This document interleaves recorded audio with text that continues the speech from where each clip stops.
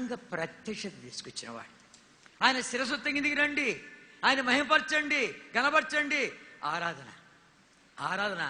నేను మద్రాసుకు కొత్తగా ప్రభు నమ్మి మద్రాసుకి వెళ్ళా 1964 64లో వెళ్ళి వాళ్ళ ఆరాధన చూసి తన్మయుడైపోయినా. అబ్బా, ఏం ప్రభుని స్తుతిస్తున్నారు, ప్రభు సన్నిధి ఎంత బలంగా ఉందంటే ఆ దినాల్లో ఆ ఆరాధనలోనే ఎంతోమంది పట్టుబడిపోయేవాళ్ళు. ఇప్పుడు ఎట్లుంది, ఆరాధన అయిపోయినా పోదాం భద్రా వర్తమానానికి అని వాడు ఉన్నాడు.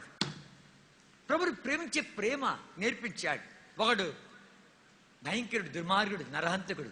వాడిని పట్టుకొచ్చారు, రారా ఒకసారి మీటింగ్కు అంటే, ఇట్లాంటి బోధలు చాలా విన్నామే, చాలా బోధకులు తెలుసు నాకు అని అంటే కష్టం మీద వాడిని పట్టుకొచ్చారు. వాడు నరహంతకుడు.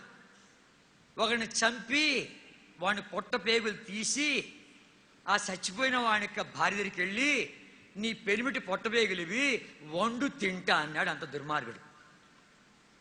అట్లాంటి వాడిని పట్టుకొస్తే వాడు గోడ కానుకొని ఒక కాలు మడత పెట్టుకొని ఒక కాలు చాచుకొని ఏం చెప్తాడు చూస్తామంటే కూర్చుండే కొద్ది ఆ గోడ నడుతా ఉంది. వాళ్ళు ఆరాధిస్తుంటే, ఒరే నరహంతకుడా, ఇప్పుడు నీ మీద పడతా, శస్తి ఆడిపోతావు చెప్పు.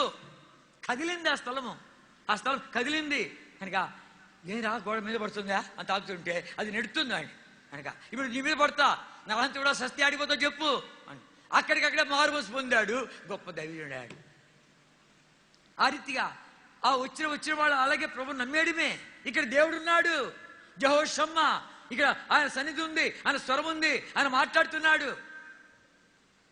ఎప్పుడైతే ప్రత్యేకత కాపాడుకుంటావో, సమానత్వాన్ని ఎరుగుతూ వస్తావో, బల్లంటే ఏంటి ఎరుగుతూ వస్తావో, తర్వాత ఈతిగా ఆయన మహింపరిచేది ఏంటి ఎరుగుతూ వస్తావో, ఆయన ప్రేమించేది ఏంటి ఎరుగుతావో, ఈ సత్యాన్ని ఎరుగుతావు.